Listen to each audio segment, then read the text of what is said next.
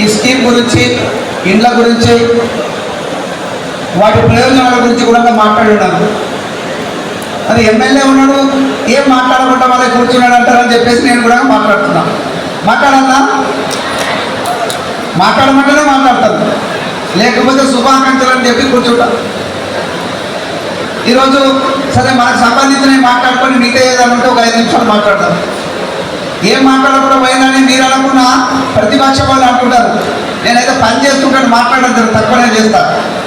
ఈరోజు 1350 ఇందిరమ్మ ఇండ్లు కల్లకుర్తి టౌన్, అదేవిధంగా వెల్దండ 6 గ్రామాలకు సంబంధించి చారగొండ ఇక్కడికి అందరు కూడా విచ్చేసి ఉన్నారు. మీ అందరికీ కలిసేసి మొదటి విడతగా 1350 ఇందిరమ్మ ఇండ్లను శాంక్షన్ చేసి ఈరోజు పట్టాలు ఇచ్చుకుంటున్నామని చెప్పేసి మీకు అందరికీ కూడా తెలియజేసుకున్నాను. అందులో కల్లకుర్తికి రూరల్ 425 ఇండ్లు, అదేవిధంగా కల్లకుర్తి టౌన్కు 400, వెల్దండ మండలానికి అక్కడ ఉన్నటువంటి గ్రామాలకు 425, అదేవిధంగా చారగొండ 6 గ్రామాలకు సంబంధించి ఒక 100 ఇళ్లను శాంక్షన్ చేసి ఈరోజు పట్టాలు ఇచ్చుకుంటే మొత్తం కలిసి 1350. మనకందరికీ తెలుసు గతంలో చేసినటువంటిది డబల్ బెడ్రూమ్లు ఇస్తాము. డబల్ బెడ్రూమ్స్ చాలా అందంగా ఉంటాయి, అనుకూలంగా ఉంటాయి, కంఫర్టబుల్గా ఉంటాయి.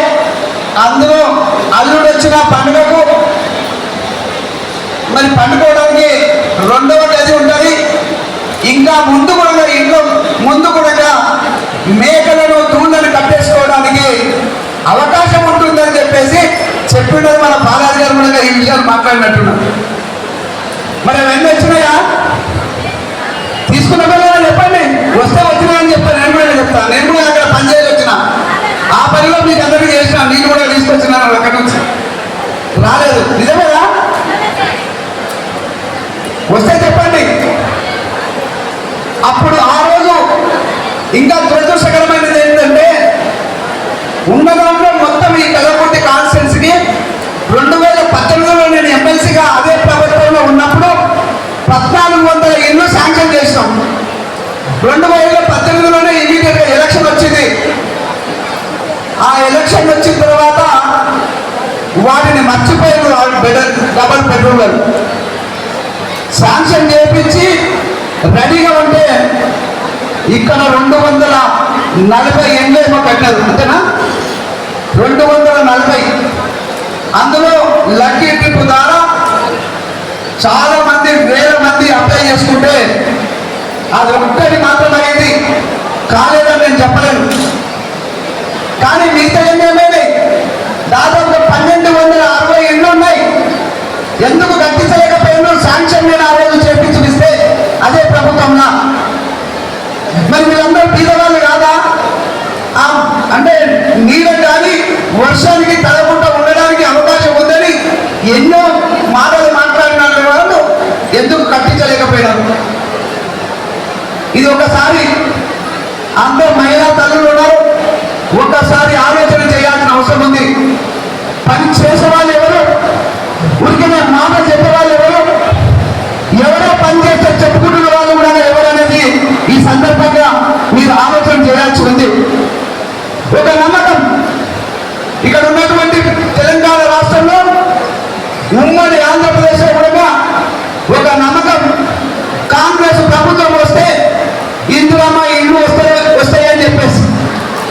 నేను ఎలక్షన్లలో తిరుగుతున్న రోజు ఓట్లు ఏమని చెప్పేసి మీ దగ్గర ఈ గ్రామం వీధిలో నేను వస్తున్నప్పుడు మా ఇల్లు ఇలా ఉంది, పూరి గుడిసెలో ఉన్నాం, దీనికి కప్పు లేకుండా నల్లవి వెలుగులు కప్పుకొని మేము ఉన్నాం, ఇందిరమ్మ ఇల్లు ఇస్తారా?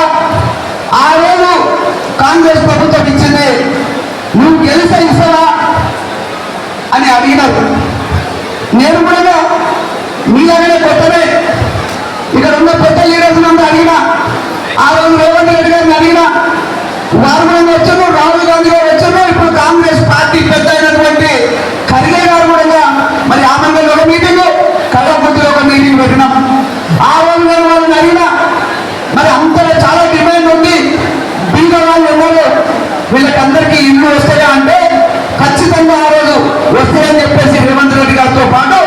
కాంగ్రెస్ పెద్దలందరూ కూడా రాహుల్ గాంధీ గారు చెప్పినారు, ఖర్గే గారు చెప్పినారు.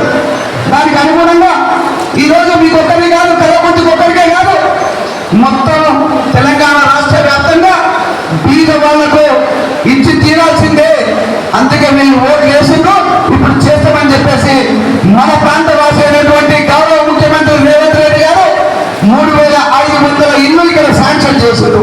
అందులోనే భాగం ఈరోజు ఈ 3 మండలాలకు సంబంధించి 1,350 పట్టాలు ఈరోజు ఇచ్చుకుంటున్నాం. మీరందరూ కూడా ఇల్లు కట్టుకోవాలని చెప్పేసి మీకు విజ్ఞప్తి చేస్తా ఉన్నాం. ఇచ్చిన మాట తప్పకూడదని చెప్పేసి ఎన్నో ఇబ్బందులు ఉన్నా, ఆర్థికంగా ఈ రాష్ట్రము వెనుకబడిపోతుంటే కూడా కానీ బీద వాళ్ళు తల దాచుకోవడానికి అవకాశం లేని వాళ్ళకు ఇవ్వాలనే ఉద్దేశం. అందుకే ఈరోజు పార్టీలను చూడట్లేదు. ఇక్కడ ఎవరో ఒక మా మిత్రులు చెప్పినట్టు ఉన్నారు, కాంగ్రెస్ కార్యకర్తకు ఇవ్వాలి, లేదా కాంగ్రెస్ లీడర్కి ఇవ్వాలి, కాంగ్రెస్ వాళ్ళకే ఇవ్వాలి అంటే మరి బీద వాళ్ళ కోసం తీసుకొచ్చినటువంటి ఈ సొమ్మంతా ఒకరి వశమే అవుతుంది. ఒక్క జాతి లేకపోతే ఒకరే బ్రతికేటువంటిది. ఇది చేయొద్దు అని గౌరవ ముఖ్యమంత్రి గారు కూడా ఆలోచన ఉంది. నేను కూడా నేను చెప్పినాను, ఎక్కడ మీటింగ్లోనైనా ఈ అధికారులకైనా ఈ ఇందిరమ్మ కమిటీస్ ఎవరైతే ఉన్నారో, నేను వచ్చిన తర్వాత ఇందిరమ్మ కమిటీలు వేసినారు. వాళ్ళకు కూడా నేను చెప్పిన, మన ఒక కార్యకర్తనే కాదు, పూరి పురుషులలో ఉండేవాళ్ళు ఇల్లు కట్టుకోవడానికి ఇబ్బంది పడుతున్న వాళ్ళను మొదటగా మీరు సెలెక్ట్ చేయండి, మిగతా వారికి అందరికి వస్తాయి అని చెప్తే అక్కడక్కడ నా దృష్టికి వచ్చినాయి. ఇప్పటి కూడా ఇందిరమ్మ కమిటీలో ఆ గ్రామస్తులు వాళ్ళని చూసి పెద్ద మనుషులని చెప్పి చేసినా కూడా అక్కడక్కడ ఒక 3-4 గ్రామాలలో మరి అవకతవకలు చేసాము. ఆ ఇళ్ళను ఆపేస్తామని చెప్పేసి ఈ సందర్భంగా మీకు తెలియజేస్తూ ఉన్నాను. ఇల్లు ఉన్న వాళ్ళకు ఇల్లు ఇవ్వడం కాదు, ఇక్కడ ఉన్నటువంటిది ముఖ్యంగా ఈ డబ్బులు ఇప్పుడు ఇక్కడ అంతే దాదాపు 5 లక్షల రూపాయలు ఖర్చు అవుతుంది ఒక ఇల్లు శాంక్షన్ చేస్తే. ఈ డబ్బులు ఎవరో ఒక్కరి కాదు, మన అందరికి సంబంధించినటువంటిది. ఈ రాష్ట్రంలో ఉన్నటువంటి ప్రతి ఒక్కరి డబ్బు ఇది. అప్పు చేసినా లేదు, మిగులు ఉన్నా కూడా అందరికి సంబంధించింది. కాబట్టి ఈ స్కీమ్ ఎవరి కోసం తీసుకొచ్చారు? నిరుపేదల కోసానికి, పూర్తిగా పేద పరిస్థితుల్లో ఉన్న వాళ్ళ కోసం తీసుకొచ్చినటువంటిది. ఇది ఒక పార్టీ కోసమే కాదు. అందుకే బీద వాళ్ళని సెలెక్ట్ చేయాలని ఇందిరమ్మ కమిటీస్ కానీ అధికారులు కానీ చెప్పడం జరిగినది. కాబట్టి అది ఆ విధంగా జరగాలి. ఎక్కడైనా అవకతవకలు ఉంటే నేను ఇక్కడ ఉన్నటువంటి ఎంపీడీఓలకు ఇప్పుడు చెప్తా ఉన్నా, సంగప్ప గారికి మీకు కూడా చెప్తా ఉన్నా, మీరు అక్కడికి వెళ్ళినప్పుడు మీ అధికారులు ఎవరైతే ఉన్నారో కింద వారికి కూడా సూచించండి. ఒక డిజైన్ చేయడమే కాదు, కానీ ఒక ఉన్నోనికి ఇచ్చి లేని వాళ్ళకి ఇచ్చి అంటే ఇబ్బంది అవుతుంది. నేను ఒక్కొక్క గ్రామంలో తిరిగి చూడాలనుకున్నా, కానీ నేను తిరగడం మొదలుపెట్టేస్తే 2-3 నెలలు పడుతుంది.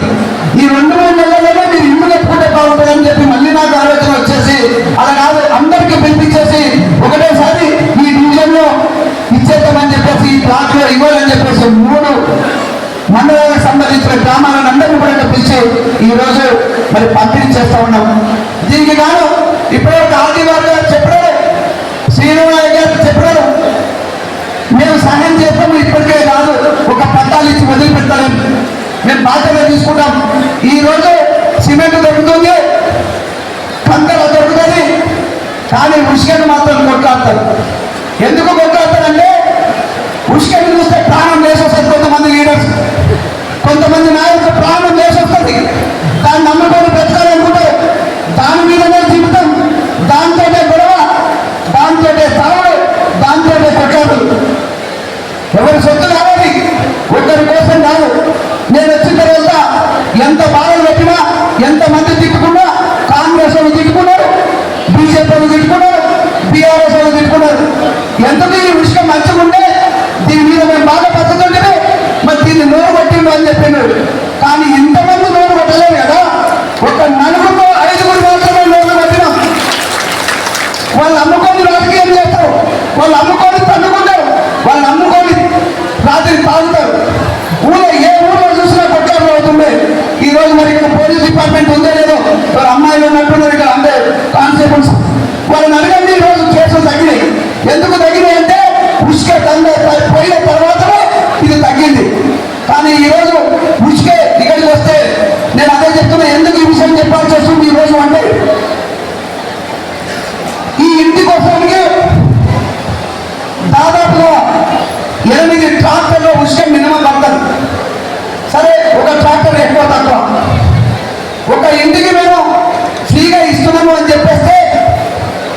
ప్రజలకు సంబంధించింది బీద వాళ్ళ కోసం ఇస్తుంటే ఇంకెవరో ఆ ఉసుక పెట్టేవాళ్ళు ఇంకొక 10 ట్రిప్పులు వేరే దగ్గరికి కొడితే మీకు నష్టం. నేను ఏదైతే చెప్పినా అందరూ సొమ్ము అని చెప్పేసి ఇది అందరికీ రాష్ట్రానికి నష్టం. ఎక్కడికక్కడ రాష్ట్ర వ్యాప్తంగా ఇదే విధంగా జరిగినట్లయితే పూర్తిగా కొల్లగొట్టుకోవడం, ఎవరో ఒకరు బతుకుతారు, ఇంతమంది బీద వాళ్ళు అవుతా ఉంటుంటారు. ఎప్పటికి చూసినా కూడా రాష్ట్రంలో బీద వాళ్ళే ఉంటారు. ఇది అన్యాయం అరకట్టకపోతే అందుకే ఆలోచన చేసి మేము ఫ్రీగా ఇవ్వాలనుకుంటున్నాం, కానీ మీరు దండాలు చేసుకోవడానికి కాదని చెప్పేసి అందరికీ సందర్భంగా తెలియజేస్తా ఉంటుంది.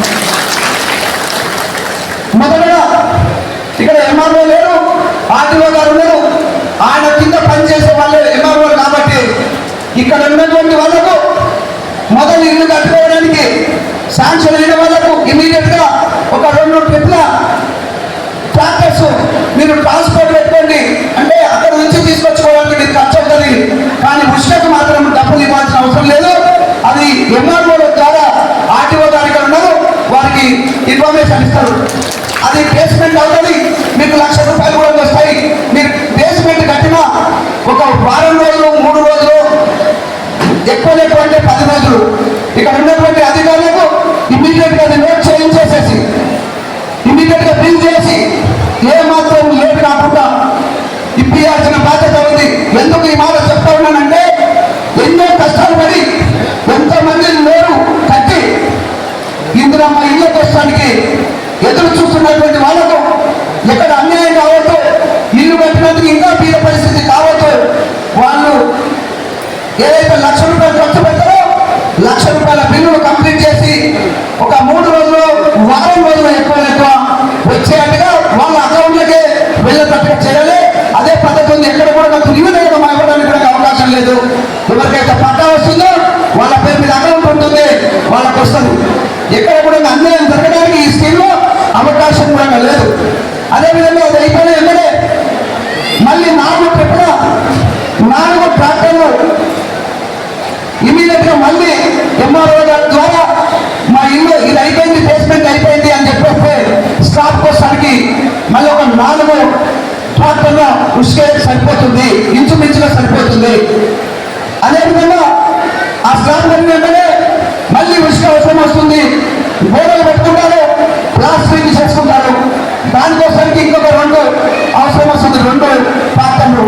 ఇది ఇమీడియట్ గా ఎక్కడ ఇబ్బంది కాకుండా ఈ ఎంఆర్ఓ ద్వారా వారికి ఇప్పించాలని చెప్పేసి ఉంది. మీరు కూడా ధైర్యంగా అందుకే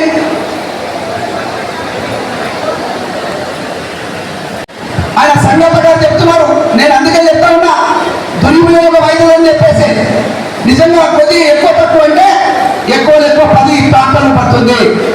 ఆ ఉసుకే ఫ్రీగా మీకు ఇప్పించడం జరుగుతుందని చెప్పేసి సందర్భంగా అందరికీ తెలియజేస్తున్నా. ఎవరు కూడా డబ్బులు పెట్టేసి కొనుక్కోకండి, ఎందుకంటే మీకు ఇంకా ఖర్చులు అవుతాయి. అందులో తలుపులు కిటికీలు ఏమి పెట్టుకోవాలనుకున్నా కూడా ఇబ్బంది పడుతూ ఉంటారు బీద వాళ్ళు, కాబట్టి మీకు ఫ్రీగా వస్తుందని చెప్పేసి సందర్భంగా తెలియజేస్తా ఉన్నాం. ఇవి చేయాల్సినటువంటి వాళ్ళు చేయకుండా వదిలిపెట్టేస్తున్నారు. ఎప్పుడు మాట్లాడుతూ ఉంటుంటారు. ఇక్కడికి వచ్చినట్లయితే బీద వాళ్ళు ఉన్నారు, హాస్పిటల్కి వెళ్ళాల్సి వస్తుంది. ఆరోగ్యం బాగైతే ఈ కళాకృతిలో డబ్బులు ఉన్నోడికి మాత్రమే ఉంది. ఈ రోజు కూడా మీరు మాట్లాడిన తిట్టుకున్న లీడర్స్ చెప్తా ఉన్నాను. నేను ఇక్కడ చాలా మంది లీడర్స్ ఉన్నాం. ఈ రోజు వరకు చాలా మంది లీడర్స్ ఉన్నారు రకరకాల పార్టీల నుంచి. ఇక్కడ కాంగ్రెస్ వాళ్ళే ఉన్నారు.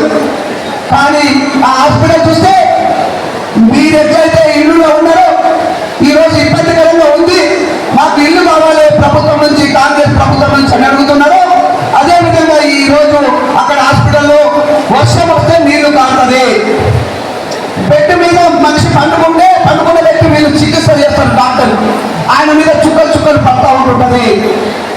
ఇది ఇక్కడ ఉన్నటువంటి ఇప్పటికీ కూడా దళితంగా ఉన్నటువంటి హాస్పిటల్, ఇక్కడ ఏనాడో కట్టినటువంటి హాస్పిటల్, దీన్ని ఆధునీకరించలేదు. ఈ పక్క ఉన్నటువంటి కాన్స్టిట్యున్సీస్ ఈ తాలూకాలలో ఉమ్మడి జిల్లాలలో అంతగా శాంక్షన్ చేశారు. కానీ ఆ కేసీఆర్ కి ఏమొచ్చిందో, కానీ ఈ కల్వకుర్తికి మాత్రం హాస్పిటల్ శాంక్షన్ చేయలేదు. అందుకే కదా నేనైనా కాలేజైనా మీలో ఉన్నటువంటి చాలా మంది కూడా ఆ పార్టీని వదిలేసి రావచ్చు. ప్రజలకు చేస్తామని చెప్పేసి చేయనటువంటి వాళ్ళకు ఆలోచన చేసి ఏ రోజు ఉండకుండా ఈ కల్వకుర్తికి నష్టం జరుగుతుంది అని ఆలోచన చేసే వదిలేసినాం. ఇది నిజం కాదా? ఈ రోజు కూడా ఉంది. మా గౌరవ ముఖ్యమంత్రి రేవంత్ రెడ్డి గారిని, మరి మాకు ఇన్ఛార్జి మంత్రి, హెల్త్ మంత్రి కూడా, ఆరోగ్య శాఖ మంత్రి దామోదర్ రాజనరసింహ గారిని ఇద్దరిని పట్టుబట్టి ఇక్కడికి వచ్చిన రోజు మాకు ఖచ్చితంగా ఇక్కడ 100 బెడ్ల హాస్పిటల్ కావాలి, దీన్ని కూడా ఆధునీకరించాలని చెప్పేస్తే 100 బెడ్లను 100 పడకల హాస్పిటల్ శాంక్షన్ చేసుకుని 45,50,00,000 రూపాయలు వెచ్చించి రేపు ఎల్లుండో అక్కడ టెండర్ కూడా అయింది. మంత్రుల నుంచి కొబ్బరికాయ పెట్టి ఆ కార్యక్రమం చేపడతాం. ఉన్న హాస్పిటల్ కూడా అందులో మరి ఆధునీకరించాలి అంటే ఏమంటారు, బాలంతరు మెటర్నిటీ అండ్ చైల్డ్ హాస్పిటల్ కు ఆ పిల్లల కోసం సపరేట్ గా అందులో కలపకుండా పెద్ద స్థాయిలో మళ్ళీ 50 పడకల హాస్పిటల్ ఉన్న జాగాలోనే మరి అది కట్టిన తర్వాత 1 సంవత్సరం లేట్ అయితే అయింది. శాంక్షన్ చేయించడం ఎందుకంటే ఎక్కడెక్కడ షిఫ్ట్ చేయాలంటే కష్టం అవుతుంది, అంత పూర్తి కూడా లేదు ఇక్కడ. కాబట్టి దాన్ని ఇంకొక సంవత్సరం తర్వాత అది కూడా స్టార్ట్ చేసుకుంటామని చెప్పేసి ఈ సందర్భంగా మీకు తెలియజేస్తా ఉన్నా. మరి కాంగ్రెస్ ప్రభుత్వం, ముఖ్యమంత్రి రేవంత్ రెడ్డి గారు మంచి పనులు చేయట్లేదా మన ప్రాంతానికి? ఎవరో 8 సంవత్సరాల నుంచి ఇక్కడనే ఎమ్మెల్యేలు అయ్యారు, ఎంపీలు కూడా అయ్యారు. కానీ ఈ నాటికి మరి ఇక్కడ పీల వాళ్ళు అక్కడికి పోయేటువంటి పరిస్థితి లేకుండా చేస్తున్నారు. చాలా ప్రైవేట్ హాస్పిటల్స్ ఉన్నాయి ఇక్కడ, అందులో ఏం డౌట్ లేదు. ప్రైవేట్ వాళ్ళు ఎవరికి చూపిస్తారో డబ్బులు పెట్టే వాళ్ళకే చేస్తారు. ఒక స్కానింగ్ మిషన్ లేదు ఈ రోజు వరకు ఇక్కడ. ఒక స్కానింగ్ చేస్తే డబ్బులు అవుతాయి. ఇక్కడ పోతే ఎంత అవుతుందో నాకైతే గుర్తులేదు. కానీ బీద వాళ్ళు పెట్టలేనటువంటి పరిస్థితుల్లో కళాకృతి టౌన్లో కూడా ఈ రోజు ప్రైవేట్ హాస్పిటల్స్ రోజు పెరుగుతూ ఉన్నాయి. ఎందుకు పెరుగుతున్నాయంటే ఇక్కడ ప్రభుత్వ ఆసుపత్రిలో పూర్తిగా నాణ్యమైనటువంటివి అక్కడ పరికరాలు లేవు, చూసే పని కూడా లేదు. ఈ మాటలు ఏమైనా చెప్పకపోవచ్చు, కానీ ఉన్నది జరుగుతున్నటువంటి మోసం కానీ నష్టం కానీ మీకు నేను క్లియర్గా చెప్తా ఉన్నా. ఇది బాధ్యత ఉంది మాకు. మీరందరూ ఇక్కడ వెంకటయ్య గారు చెప్తా ఉండే మా చాలా 6 విలేజ్లు ఉన్నాయి, నీకు మంచి మెజార్టీ ఇచ్చిందని. ఇది నిజము, నేను ఒప్పుకుంటాను. అదేవిధంగా మీరు అందరూ అన్ని గ్రామాల వాళ్ళు కూడా ఓట్లేస్తేనే నేను గెలిచినాను. అదేవిధంగా ముఖ్యమంత్రి గారు కూడా ఓట్లేస్తేనే గెలిచిండు. కాబట్టి ఖచ్చితంగా మా మీద బాధ్యత ఉంది. మీకు ప్రభుత్వం ద్వారా పూర్తి సౌకర్యాలు వచ్చే వరకు నేను కొట్లాడైనా తీసుకొస్తానని చెప్పేసి ఈ సందర్భంగా మీకు తెలియజేస్తా ఉన్నా. పిల్లలు ఈరోజు ఏమనుకోవద్దు, అనుకున్నారు, తిట్టుకున్నారు. కానీ ఒక మాట మాత్రం చెప్పదలుచుకున్నాం. మనం ఎన్ని రోజులైనా ఏ ప్రభుత్వం ఏమిస్తుందా, ఇంకా ఏ స్కీమ్ తీసుకొస్తారా, ఇంకే ఎన్ని డబ్బులు ఇస్తారా, ఇంకే విధంగా సాయం చేస్తారని ఆలోచన చేస్తా ఉన్నాం. ఎందుకు ఆలోచన చేస్తున్నాం? మన కుటుంబం నడిపించుకోవడానికి. 2, 3, 4 ఉంటే బ్రతకడానికి ఇబ్బంది అవుతా ఉంది. కాబట్టి ఏ పార్టీ వస్తుందో, ఎవరు ఎక్కడ డబ్బులు ఇస్తారో, ఎవరు బాగా మంచి స్కీమ్స్ ఇక్కడనే ఇందిరమ్మలో ఇంకొకటి తీసుకొస్తారో మమ్మల్ని ఆదుకుంటారో అని ఆలోచన చేస్తున్నాం. ఇదైతే వాస్తవం. ఎందుకు చేయాల్సి వస్తుంది? మనకంటే మనకి ఇప్పుడు 60 ఏళ్ళు 70 ఏళ్ళు వస్తే మనకంటే మొదలు ఉన్నవాళ్ళు పోయి ఉంటారు. ఇంకా అంతకంటే మొదలు కూడా పోయారు. మనకు కూడా పిల్లలు ఉన్నారు. ఆ పిల్లలకు మళ్ళీ కూడా పిల్లలు అయితే రేపటి రోజు ఇంకా ముందు ఆలోచన చేస్తే. కానీ ఎప్పటికీ కూడా మనం ఇదే ఆలోచన చేస్తే ఈ కుటుంబాలు ఎప్పుడు బాగుపడాలి? ఒక్కసారి ఆలోచన చేయండి. మనకు ఎన్నో ఇబ్బందులు ఉంది. మీరు పొలాల దగ్గర కానీ కూలి పని చేసి కానీ ఇంకేమైనా ఉంటే బిజినెస్ చేసి కానీ కష్టపడి ఒక్కొక్క రోజు ఒక్కొక్క పూట బతికించుకుంటూ ఉన్నారు. మరి ఎన్ని రోజులు ఇలా పెట్టుదాం? ఎన్ని రోజులు ఈ విధంగా ఉంటుంది? ఈ ప్రభుత్వాలు ఆలోచన చేయాలి. అందుకే గౌరవ ముఖ్యమంత్రి గారి ఆలోచన, ప్రతి ఇంట్లో కూడా పిల్లలుంటే కొడుకు కూతురు లేదా మనమడు ఖచ్చితంగా చదువుకోవాలి. చదువుకు ఎన్ని లక్షల కోట్లు ఖర్చైనా సరే, అన్నిటిని వదిలిపెట్టైనా సరే ఖచ్చితంగా పిల్లలను చదివించాలి, నాణ్యమైన విద్యను అందించాలనే ఉద్దేశంతో ముఖ్యమంత్రి గారు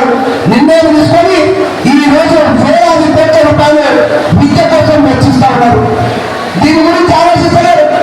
మన కుటుంబంలో అమ్మాయి కానీ అబ్బాయి కానీ చదువుకుంటే మనము ముందు రోజులలో రాబోయే రోజులలో మనం డబ్బులు కావాలో ఏ స్కీమ్ వస్తే బాగుంటుందో అని ఆలోచన చేయం. ఆ అవసరం లేకుండా పోతుంది. లేకుండా పోవాలంటే మన పిల్లలను చదివించుకోవాల్సిన ఆవశ్యకత ఉంది. అదేవిధంగా మనం చూస్తూ ఉంటాం, అంటే ఈ రోజులో ఎక్కువగా లేదు, ఎక్కడ లేదు వాస్తవే.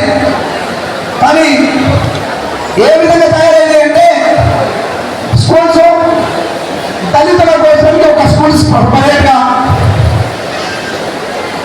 గిరిజనుల కోసానికి సపరేట్గా ఒక స్కూల్, మైనార్టీస్ ఒక మతం కోసానికి సపరేట్గా ఒక స్కూల్, బీసీల కోసానికి ఒకటి సపరేట్గా స్కూల్. వాళ్ళు మాత్రమే అందులో వినాలి, అక్కడ ఆ క్లాస్ రూమ్లో చదువుకోవాలి. ఎవరు చెప్పినారు, ఎందుకు చేస్తున్నారు? నేను రాజకీయంలో రాకముందు దాదాపుగా 50,000 మంది విద్యార్థులను అందరినీ, అందులో మాదిగ, మాల, లంబాడి, చెంచు, రెడ్డి, పాపనలు, గౌడ్స్, వీళ్ళు వాళ్ళు అనుకుంటా అందరినీ కలిపేసి ఒకటే రూమ్లో కూర్చుని పెట్టేసేసి 40 మంది వాళ్ళకి చదువు చెప్పేవాళ్ళు. నేను ఇక్కడికి వచ్చిన తర్వాత నేను దాదాపుగా 25 సంవత్సరాలు ఆ విధంగా చూసి వచ్చిన. కులాలను మతాలను చూడకుండా స్కూల్ నడిపించేసి ఇంకా సేవ చేయాలి, చాలా బాగుంటుంది అని చెప్పేసి నేను ఇక్కడికి వస్తే ఇక్కడ ఉన్నటువంటిది నేను రాజకీయం చేస్తే మాట్లాడడం ఇప్పుడు నేర్చుకున్నాను, ఇప్పుడు మాట్లాడుతూ ఉన్నా.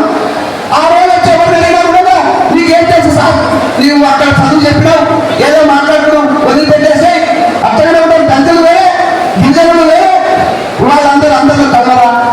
ఒక్కొక్కరు మైకులు తీసుకొని 1-2 గంటలు మాట్లాడుతుండడం, అస్పృశ్యత పోగొట్టాలి, అందరూ సమానం కావాలి. డాక్టర్ బాబాసాహెబ్ గారు ఇది చెప్పినారు, మేము ఇలా బతుకం. ఎప్పుడు అవుతారు మీరు? ఎప్పుడైనా బాబా అయినా రెడ్డి లేకపోతే ఇంకోనైనా సపరేట్గా పెట్టుకున్నారా? అందరూ ఈయన ఎస్సీయా, ఎస్టీయా, బీసీయా, మరి ఓసీయా అని తెలియకుండా చేసిన రోజు అవుతారు. మరి అది ఆ లక్షణాలు లేవు.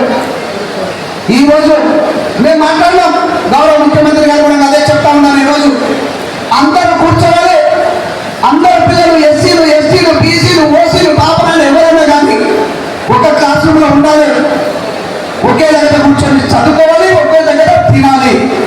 అప్పుడు ఇది పోతుంది, వాళ్ళలో స్నేహభావం వస్తుంది, అన్ని కులాలు అన్ని మతాలు కూడా ఒకటే అని వస్తుంది. కాబట్టి దీనికోసం చేస్తే బాగుంటుందని చెప్పేసి ఈరోజు గౌరవ ముఖ్యమంత్రి గారు మరి 200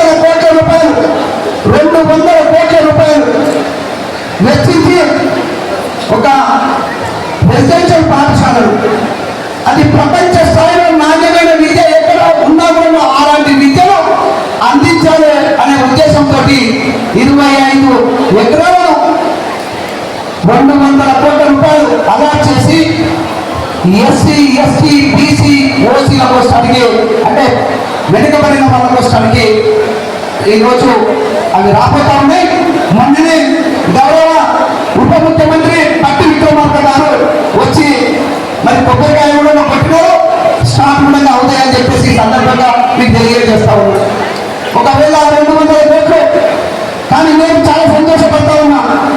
మన ప్రాంతంలో ప్రతి సంవత్సరం 2,600 మంది విద్యార్థులు బాగుపడడానికి, నాణ్యమైన విద్యను, ప్రపంచ స్థాయి విద్యను అందుకోవడానికి అవకాశం వస్తుంది. నేను ఎప్పుడు అనుకునేవాడిని, మన ప్రాంతంలో రోడ్లు అన్ని కావాలి, రోడ్ సౌకర్యం చాలా బాగుంటుంది, సౌకర్యంగా ఉంటుంది, బిజినెస్ చేసుకోవచ్చు, అన్ని విధాలుగా బాగుంటుందని ఆలోచన చేసేవాడిని. ఆ 200 కోట్ల రూపాయలు ఒకవేళ ఈ రోడ్ల కోసం ఇస్తే మన కళ్ళకుంటలో ఇప్పటికి శాంక్షన్ చేసినవి కాకుండా అవి వస్తే మొత్తం అయిపోతుంది. అయినా కూడా నేను మొదటి ప్రాధాన్యత ఆ స్కూల్ కోచ్లను ఇచ్చి ఆ 200 కోట్ల రూపాయలు అక్కడ వెచ్చిస్తున్నాడు. మన పిల్లల చదువుల కోసానికి ఇది అవకాశం వస్తుంది. ఇంకొక మాట కూడా,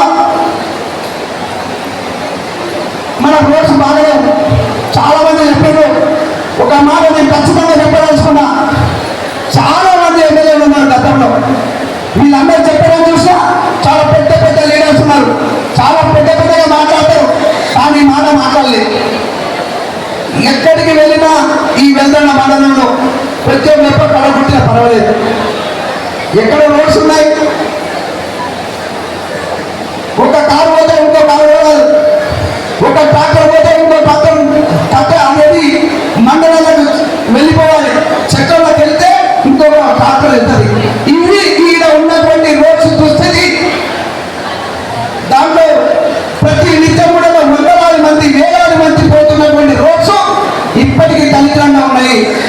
నేను ఎమ్మెల్యేగా ఇమీడియట్ గా గౌరవ ముఖ్యమంత్రి గారిని ఒకటే అడిగినా, మీరు కూడా రోజు ఇక్కడికి వచ్చినారు, చాలా మంది వచ్చుంటారు. ఒక పబ్లిక్ మీటింగ్ పెట్టాం. అయ్యా ముఖ్యమంత్రి గారు, మాకు రోడ్స్ లేవు, ఈ రోడ్స్ శాంక్షన్ చేయండి అని చెప్పేస్తే చేస్తామని చెప్పేసి మీ అందరి ముందరనే ఒప్పుకొని చెప్పి వెళ్ళినారు, చేస్తాము అని చెప్పేసి. దానికి అనుగుణంగా తిరిగి ఈరోజు దాదాపుగా 500-600 కోట్ల రూపాయలు వెచ్చించి మరి పిఆర్ నుంచి కానీ ఆర్ఎంపీ నుంచి ఈరోజు రోడ్లు శాంక్షన్ చేయించుకున్నాం. ఒక్కొక్క రోడ్డుకు 25 కోట్లు, 45 కోట్లు, 60 కోట్ల రూపాయలు కూడా మేము వెచ్చించి ఈరోజు 600 కోట్ల వరకు ఇక్కడ డెవలప్మెంట్ చేస్తాం. అవన్నీ స్టార్ట్ కాలేదు. ఈ రోజు మీకు తెలియకపోవచ్చు, ఈ రోజు మీకు అందరికీ తెలియకపోవచ్చు, కానీ రోడ్లు వేసినట్టు తెలుస్తుంది. ఇవన్నీ కూడా వచ్చినాయి, కాంగ్రెస్ ప్రభుత్వం చేస్తుంది అని చెప్పేసి. ఇవన్నీ చెబుతూ పోతే ఇంకా చాలా ఉన్నాయి.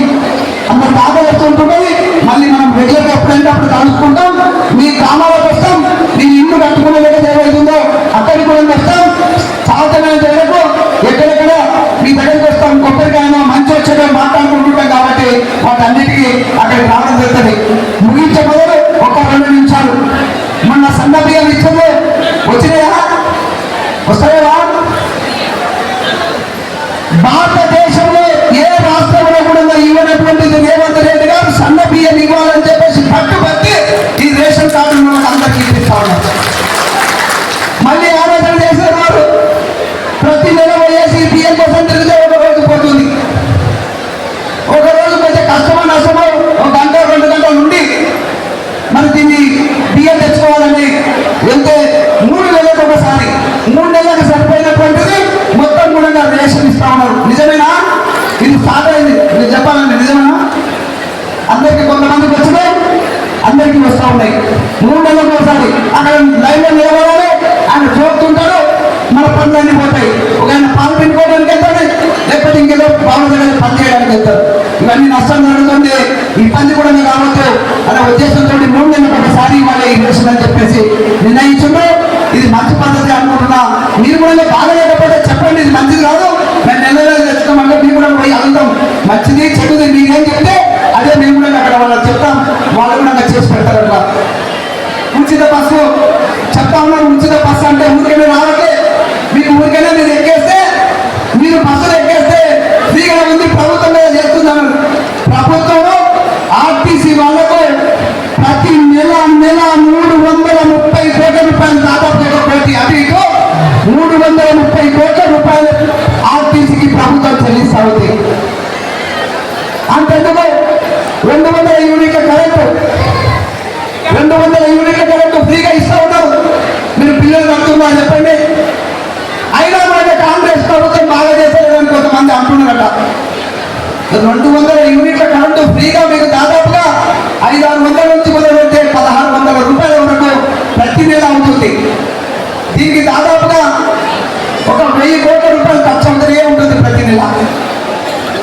ఇట్లా 1000 కోట్ల రూపాయలు ఖర్చు పెడతా ఉంది, బీద వాళ్ళ కోసం ఖర్చు పెడతా ఉంది. ఇక చివరిగా ఒకటి, నా కళ, నా ఆశయం, నా ధ్యేయం ఈ ప్రాంతానికి నీళ్లు రావాలని. అక్కడ బీఆర్ఎస్ లో ఉన్నప్పుడు కూడా కేసీఆర్ తోటి, అప్పుడున్న హరీష్ రావు గారితో కొట్టాలైనా కూడా ఇక్కడ 34,000 ఎకరాలు ఈ కల్వకుర్తిలో, ఈ మండలంలో ఉన్నటువంటి గ్రామాలు 16 గ్రామాలకు నీళ్లు వస్తే 34,000 ఎకరాలు ప్రాంతం ఉంది. ఈ రోజు దాదాపుగా 400 నుంచి 500 కోట్ల రూపాయలు టర్నోవర్ ఉంటుంది. ఈ రైతులు పండించే పంటలు, రకరకాల పంటలతోటి 400 నుంచి 500 కోట్ల రూపాయల టర్నోవర్ అవుతా ఉంది. మరి మిగిలిన ప్రాంతం ఏం చేసింది? అవకాశం ఉంది అని చెప్పేసి ఇక్కడ కల్లకుర్తి నుంచి మొదలు పెడితే వెళ్తుందా పూర్తిగా, అదేవిధంగా ఆమె వెళ్తాయి. దానికోసం నా చెప్పులు అడిగే వరకు ఆ ప్రభుత్వంలో తిరిగిన భూములు కోల్పోయి ఆ కాలంలో భూములు కోల్పోయినటువంటి రైతులకు డబ్బులు ఇవ్వమంటే ఇవ్వలేదు. ఎన్నో సార్లు తిరిగితే 100 కోట్ల రూపాయలు బాకీ పెట్టా కూడా 4 కోట్లు 5 కోట్లు ఇచ్చింది తప్ప పూర్తిగా రైతులు క్షమించే రైతు పాలన అర్థం చేసుకొని ఆ రోజు డబ్బులు ఇవ్వలేదు. ఈ కాంగ్రెస్ ప్రభుత్వం వచ్చిన తర్వాత రేవంత్ రెడ్డి గారికి చెప్పినాను, అయ్యా నాకు ఇప్పుడు ఇబ్బంది ఉంది, అప్పుడు తిరిగినా నేను బాధపడ్డా, రైతులు బాధలు పడుతున్నారంటే వాళ్ళకందరికీ కూడా డబ్బులు వేయించాం.